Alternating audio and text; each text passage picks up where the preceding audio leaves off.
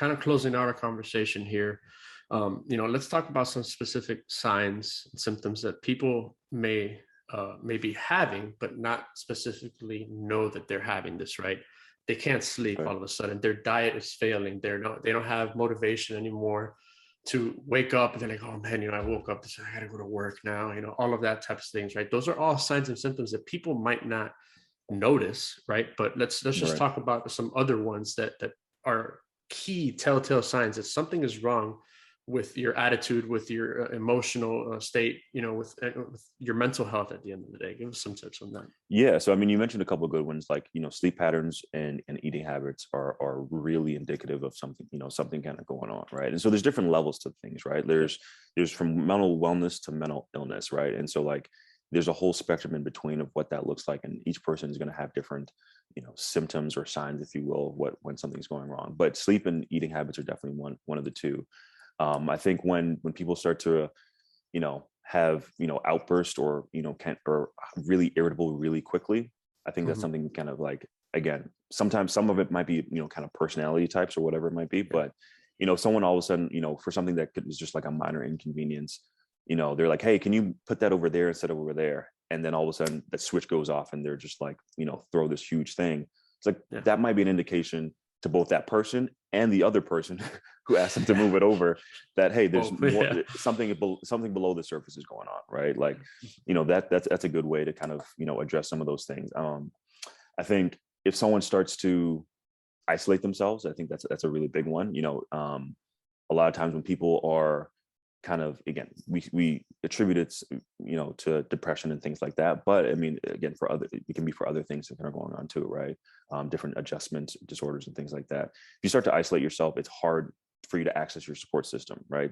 And then that kind of starts the cycle of kind of spiral downhill, if you will. So if someone is like isolating themselves, they're not, they could be more introverted than extroverted, but they're still kind of isolated and being reclusive, not really talking to anybody. That's one thing. If there's different behavior changes that you're kind of noticing over time, that can be a sign indication that something's kind of going on, or some changes are kind of happening. If they're having difficulty concentrating, right, or things that you used to love, you don't really get the same kind of joy or love out of it anymore, right? So, for instance, for me, I love to cook. I mean, it's no secret. You know that. And if all of a sudden I stopped cooking, I just hadn't really cooked anything for a long period of time for no apparent reason, and it's like, I just don't really enjoy it anymore, right? Right. It could be like, yeah, I'm over that hobby, I'm on to a next hobby. But it could also be a sign. It's like, hey, I mean, you used to really, I remember, like, I saw you how excited you were when you were cutting that fillet, or I saw how excited when you were prepping, for food, but you mean you don't like it anymore? It's like, yeah, I don't really like, that might be an indication, like, hey, what's going on? Like, Right. how are you doing? Like, how are you really doing? What's going on? Like, those are, signs that you can kind of check in with somebody, kind of see like, hey, let's make sure that everything's okay with them. Absolutely. And then the biggest thing too that I've promoted to many of my athletes, right, is that there's a stigma around mental health, saying that you're weak, that you're not strong enough, and all that stuff, especially in the world of football, right? Because football is Mm-hmm. all tough players and all of that. Yep. But uh, when we talk about counseling, right, you have a doctorate degree in counseling, and it's not like people think, oh, when I have to go talk to someone, I'm crazy. No, that's not the case at all.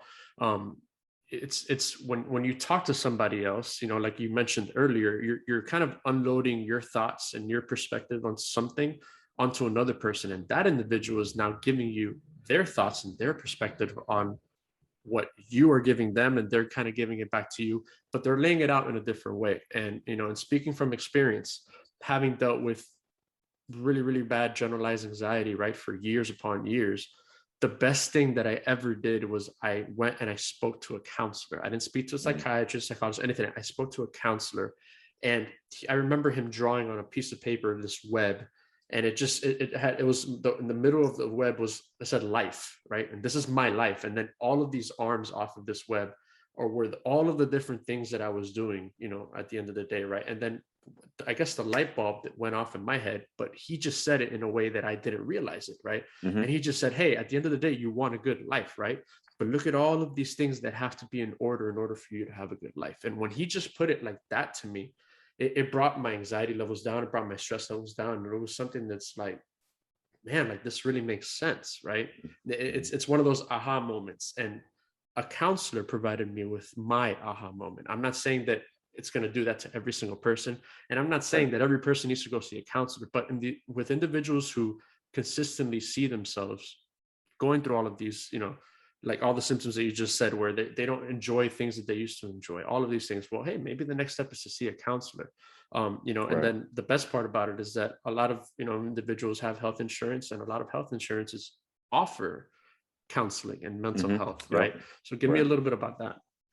Yeah. Well, so the thing is, like, yeah, to your point, I mean, counseling and the whole mental health thing has been a huge, uh, tiptoe around it subject for so many Mhm. years now. And I think we're starting to see that change a little bit. I think it still has a long way to go, obviously, but I think you're starting to kind of see people understand, like, okay, there's something to this, right? There's a method to this madness of Mhm. counseling, whatever you might call it, right? So I think one of the biggest myths is that counseling is just for when things are going bad, right? So I think, a counselor can be someone that you can kind of share things with, right?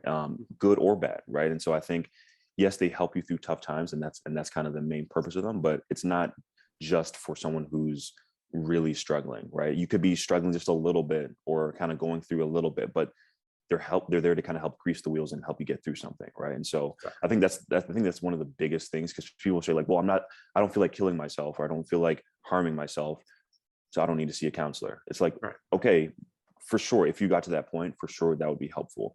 But in order to prevent you from getting to that point, I'm not saying everyone's going to go down that road, or have that suicide ideation or anything like that, but they can help you before it gets to the point where it's a huge issue that's affecting every single area of your life.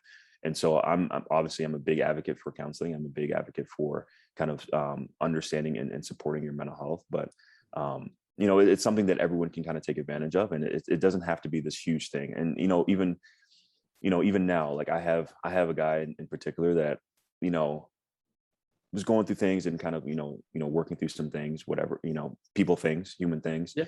And as have you ever thought about talking to someone about it? He's like, I don't really want to go to counseling. I was like, all right, well, I mean, we can have a conversation. And he's like, all right, we can talk. And I was like, and just reframing it in a different way. It's like, Yeah. okay, you're not going to counseling, but we can just have a conversation, right?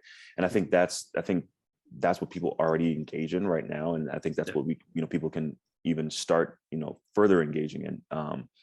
You know, uh, um, what's his name? DeMar DeRozan. He recently had this podcast interview with Shannon Sharp, and I actually really enjoyed it, just because, he was saying, like, even as they were kind of in that podcast and doing that interview, he was talking. They shared their shared experiences, and in that he stopped and he reflected back with Shannon and was like, hey, like, this conversation is actually, like, therapeutic to me, right? You don't have to go to Yeah. therapy to have therapeutic conversation, right? You see what I mean? Like, Yeah. and so, like, having, talking with other people who have same shared experience with you, that piece of connecting with just that gives people that like, okay, I'm not dealing with this alone. I'm not the only one who's felt this. I'm not the only person who's struggled with this, right? And so that camaraderie kind of builds over time. And again, you can talk about, you can talk smack with each other and all these other things, but then, having the point where you can kind of get real. And you and I have had these conversations many Absolutely. times, Yeah. and at the end of it, you think, like, oh wow, I feel a little bit lighter. Like, I feel like I just took something off,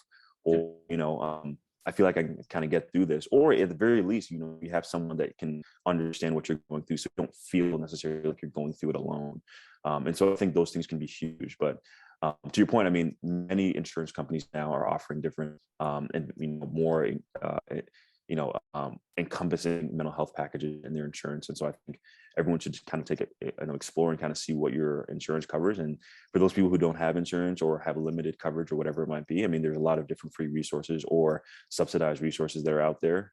There's different hotlines and things like that that you can kind of connect with and take advantage of as well. So there's different options out there. So and it, even sorry if I know I'm going on, but No. even if let's say your insurance only covers, like, 4 sessions, or you don't have insurance to cover that, still reaching out to a counselor, because a lot of counselors, a lot of therapists, and psychologists, whatever you want to call them, they operate on what's called a sliding scale. And so, like, if let's say you only make X amount of money a year and you can't really afford it, they'll work with you to be able to provide you what you need. And so I Right. don't want that to be what stops people from getting the help, getting the assistance, getting the resources that they need Absolutely. to live the fullest life and have some, mental wellness in their life.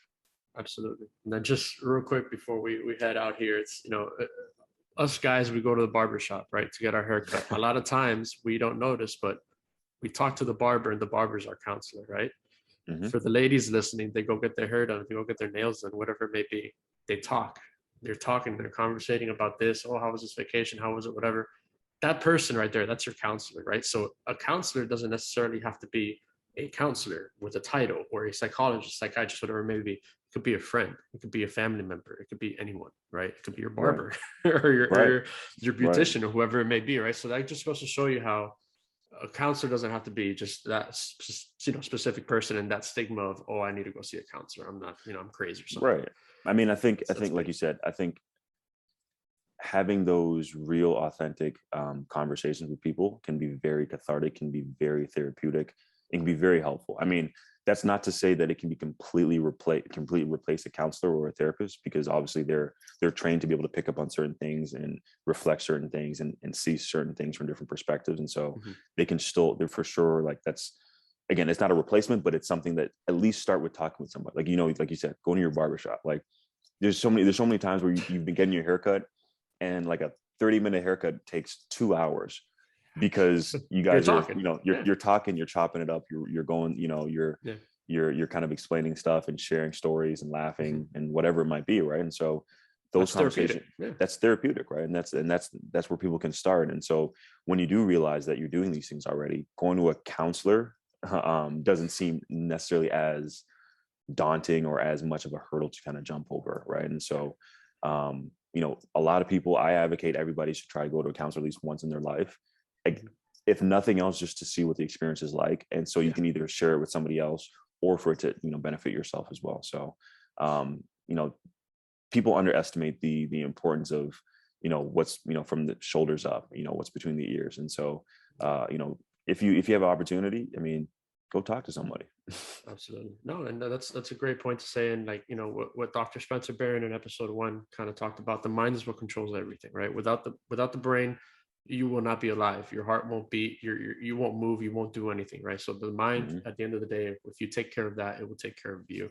Um, Dr. Stephen Ali, thank you very much for just taking the time, for giving us these tips, giving people, some of those who might be struggling, a little bit of hope, but also opening up avenues to people that might not have noticed that they should get some sort of counseling or they should get some sort of help, and just, giving people a different perspective on mental health, how it's not a stigma, how it's not this terrible bad thing. Yeah, yeah. Um, so please, guys, like, follow, share. If you have any questions for myself or for Dr. Stephen Ali, just email us at healthtalkwithapros@gmail.com. That's for the podcast. I will be sure to, relay those messages to him. Um, is there anything? I know you kind of got a website coming up in the works. Is there anything you want to talk about that real quick? Yeah, so I'm putting together this kind of passion project of mine. I think for me, similar to how I got into this whole space, where I saw the need for it with some of my own teammates and some of the things that I was already doing, and wanting to be able to help. I similarly see the need for some of these resources that are out there. So I'm kind of putting together this project. It's still in the works. It's not published yet. It's not available for consumption just yet. But in soon in soon time, it is going to be available. And so it's makeeverydaycount.net. And so it's going to be a place where people can come to get resources. And one of the things I'm working on is different lifestyle guides and different resources for people to be able to take advantage of. For instance, if someone understands that they need to be able to set and create more boundaries within their relationships in their lives, where do they start, right? We all know, like, oh, have this goal, but a lot of times what's stopping us from getting there is not knowing how to get from point A to point B, right? Right. Again, it's not linear, but it's still, still have to start to get from point A to point B. And so what I want to do with this website is kind of create different resources and materials for people to kind of have that introspective conversation, have some guidance and some research empirically backed things that people can do to actually get from point A to point B on a number of different topics. And then also a place to kind of synthesize different research that's coming out and different things that people can they don't have to necessarily go and do the research themselves. They can come to this one spot, be able to digest this information for themselves. And so that's something that's in the works. Keep a close eye out for that. But yeah, I mean, again, you can email myself or email Danny directly, and I'm happy to answer any questions or help anyone however I can. Absolutely, man. Well, again, thank you so much. I hope this is really useful for all of you viewers, listeners. And it's kind of like what we talked about in episode 1, right? A little bit a day goes a long way, and the mental health and the mind, so to speak, about that the body as a pyramid. It just plays a huge and crucial role on how we live our lives and how we live a healthy life. So, Dr. Stephen Alli, thank you very, very much once again for being here. And yeah, we'll catch you on the next episode. Appreciate you.